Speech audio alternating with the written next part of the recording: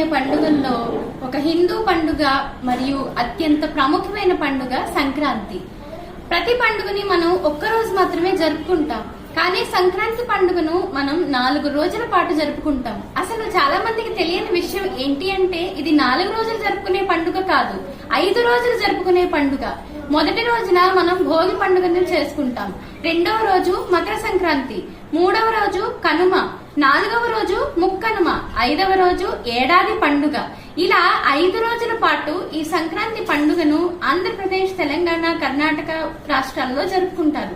ఇదే పండుగను ఉత్తరాదిలో కూడా జరుపుకుంటారు. ఈ పండుగను లోరీ అని పిలుస్తారు. ఈ పండుగలో ప్రధానంగా మనం మొదటి రోజైన భోగి రోజున భోగి మంటలు వేయటం చేస్తాం. భోగి మంటలు ఎందుకు వేస్తారు అంటే అప్పటి వరకు మనం చలిని ఎదుర్కొంటూ ఉంటాం. చలి నుంచి ఉష్ణోగ్రత ఒక్కసారిగా పెరుగుతూ ఉంటుంది.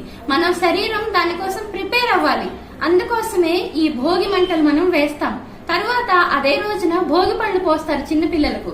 ఎందుకు అంటే వారికి నరదృష్టి తగలకుండా ఉంటుంది అని చెప్పి. అలాగే ఈ భోగి పళ్ళు వేయటం ద్వారా పిల్లల్లో కూడా చాలా ఉత్తేజం కలుగుతుంది అని ఈ పండుగను జరుపుకుంటారు. మకర సంక్రాంతి రోజున పొంగల్ వండుతారు. ఇది తమిళనాడులో కూడా చాలా ప్రత్యేకంగా జరుపుకునే పండుగ. తర్వాత కనుమ, ముక్కనుమ, ఏడాది పండుగ, ఈ 3 రోజుల పాటు వివిధ రకాలైన పిండి వంటలతో, వివిధ రకాలైన భోజనాలతో అందరూ ఈ పండుగను చాలా సంతోషంగా జరుపుకుంటూ ఉంటారు. తమిళనాడులో ఇదే సందర్భంలో జల్లికట్టు జరుగుతుంది. ఈ జల్లికట్టు సంబంధించిన రాజకీయ పరిస్థితులు కూడా మనకు తెలిసినవే. అలాగే ఆంధ్రప్రదేశ్ ఇటువంటి ప్రాంతాల్లో కోడి పందాలు జరుగుతూ ఉంటాయి. ఈ కోడి పందాలు అనేవి ఈ ఆంధ్రప్రదేశ్ లో జరిగే ఒక్క విషయమే కాదు, సౌత్ ఆఫ్రికాలో కూడా ఇటువంటి సందర్భం ఒకటి ఉంది. మన భారతదేశంలో జరుపుకునే ప్రతి పండుగ ప్రపంచంలో ప్రతి చోట ఏదో ఒక సిగ్నిఫికెన్స్, అంటే ఏదో ఒక రెలవెన్స్ అనేది ఉంటుంది. అలాగే సంక్రాంతి రోజున ముందు ఈ మొత్తం మాసం మనం ధనుర్మాసం జరుపుకుంటూ ఉంటాం ఈ 4 రోజుల పాటు. ఈ సందర్భంలో ముఖ్యంగా మహిళలు ముగ్గు వేయటం చేస్తూ ఉంటారు. ఎందుకంటే అప్పట్లో social networking sites Facebook, Instagram, WhatsApp ఇవన్నీ లేకపోవటం వల్ల విమెన్ కి ఒకరితో ఒకరు పరిచయం ఏర్పడటం కోసం వీళ్ళు ఈ ముగ్గు అనే దాన్ని ఉపయోగించడం జరిగింది. అలాగే ఇది వాళ్ళకి హెల్త్ కూడా ఇవ్వడానికి ఉపయోగపడేది. అలాగే దీనిలో ఉపయోగించే పసుపు, కుంకుమ, బియ్యం పిండి ఇవన్నీ ఆహారంగా కీటకాలకు ఉపయోగపడతాయి. అందుకని ఈ ముగ్గు అనేది ఈ 4 రోజుల పాటు ఉపయోగించడం జరుగుతూ ఉంటుంది. అలాగే బొమ్మల కొలువు చేస్తారు, గొబ్బెమ్మలు చేస్తారు. ఇవన్నీ అసలు ఈ పండుగ జరుపుకోవడానికి ముఖ్య కారణం ఏంటి అంటే ప్రజల్లో ఒక నూతన ఉత్తేజం జరగటం.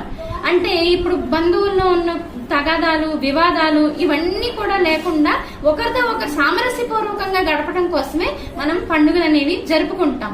ఈ పండుగకి ఒక రిలీజియన్ తో ఎటువంటి సంబంధము లేదు. ఎందుకంటే ఈ పండుగ అనేది కేవలం ఒక సైంటిఫిక్ అండ్ మోరల్ వాల్యూస్ ఇవ్వటం కోసం నిర్దేశించబడింది కాబట్టి ఇది ప్రత్యేకంగా ఒక రిలీజియన్ కి సంబంధించింది అని మనం అనుకోవటానికి లేదు. స్వామి వివేకానంద కూడా చెప్పేది ఏంటి అంటే Hinduism is a way of life. అంటే హిందూ రిలీజియన్ ఒక జీవన విధానం అని. దానిలో భాగమే ఈ పండుగలు జరుపుకోవటం.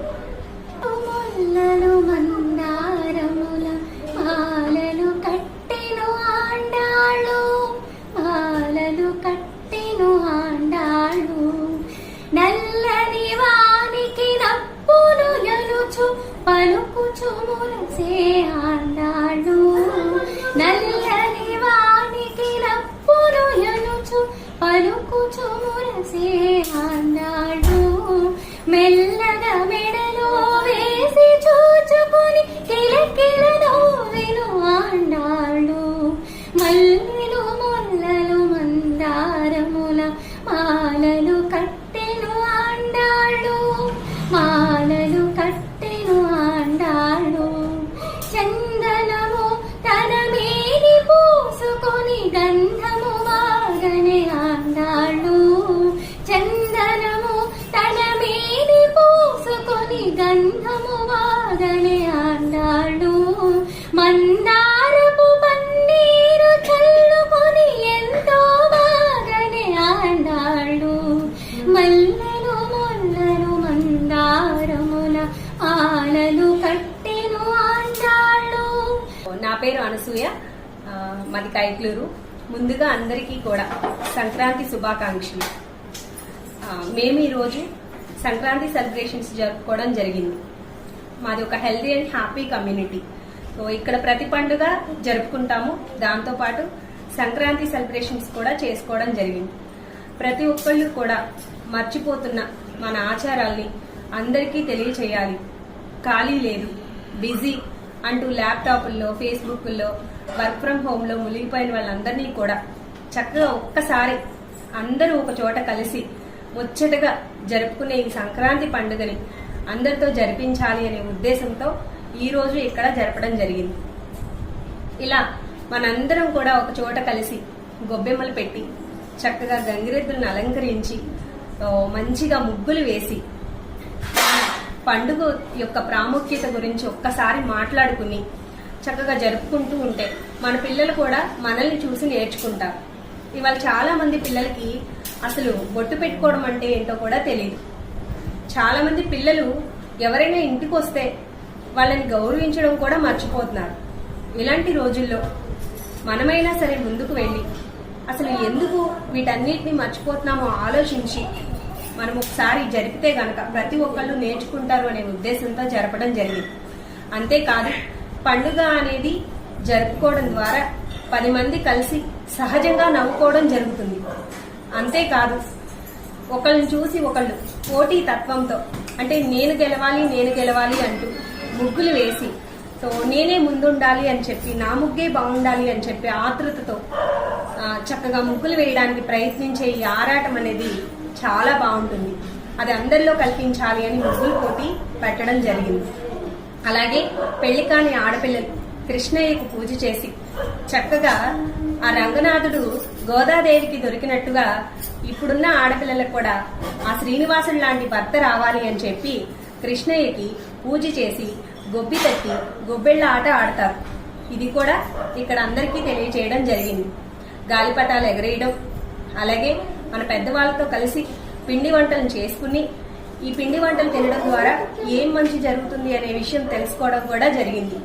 లడ్డూలు, అరిసెలు, జంతికలు, అప్పాలు ఇలాంటివన్నీ తింటే ఆరోగ్యానికి ఎటువంటి మంచి లక్షణాలు వస్తాయి అనేది మనం ఈరోజు తెలుసుకోవడం జరిగింది. ఈరోజు ఫాస్ట్ ఫుడ్కి ఎక్కువగా ఎడిట్ అవుతున్నారు. మన తెలుగు జాతి సాంప్రదాయమైన ఫుడ్స్ ని ఎవ్వరూ కూడా తినట్లేదు. ఇవాళ పిజ్జా బర్గర్ల వెనకాల పడే ప్రపంచాన్ని ఒక్కసారి వెనక్కి తీసుకొచ్చి మన రుచుల్ని చూపించాలనేదే మా ఉద్దేశం. అంతేకాదు, వంటలోనే ఉంటుంది energy and activeness and health. ఈ వంట ఎటువంటిది తినాలి అని తెలుసుకోవడం కూడా చాలా ఇంపార్టెంట్. ఇప్పుడు పిల్లలకి మనం అలవాటు చేయకపోతే రానున్న రోజుల్లో అసలు వంట చేయడం అనే విషయాన్నే మర్చిపోతారు. అందుకని ఈ సంక్రాంతి సందర్భంగా ప్రతి ఒక్కరికి కూడా మన తెలుగు సాంప్రదాయాన్ని పరిచయం చేయాలనే ఉద్దేశంతో మేము సంక్రాంతి సెలబ్రేషన్ జరుపుకోవడం జరిగింది. చక్కగా మా ఈ సంబరాన్ని హ్యాపీగా ఎంజాయ్ చేసి ఆఖరిగా పేరెంటంతో ముగించడం జరిగింది. Thank you so much.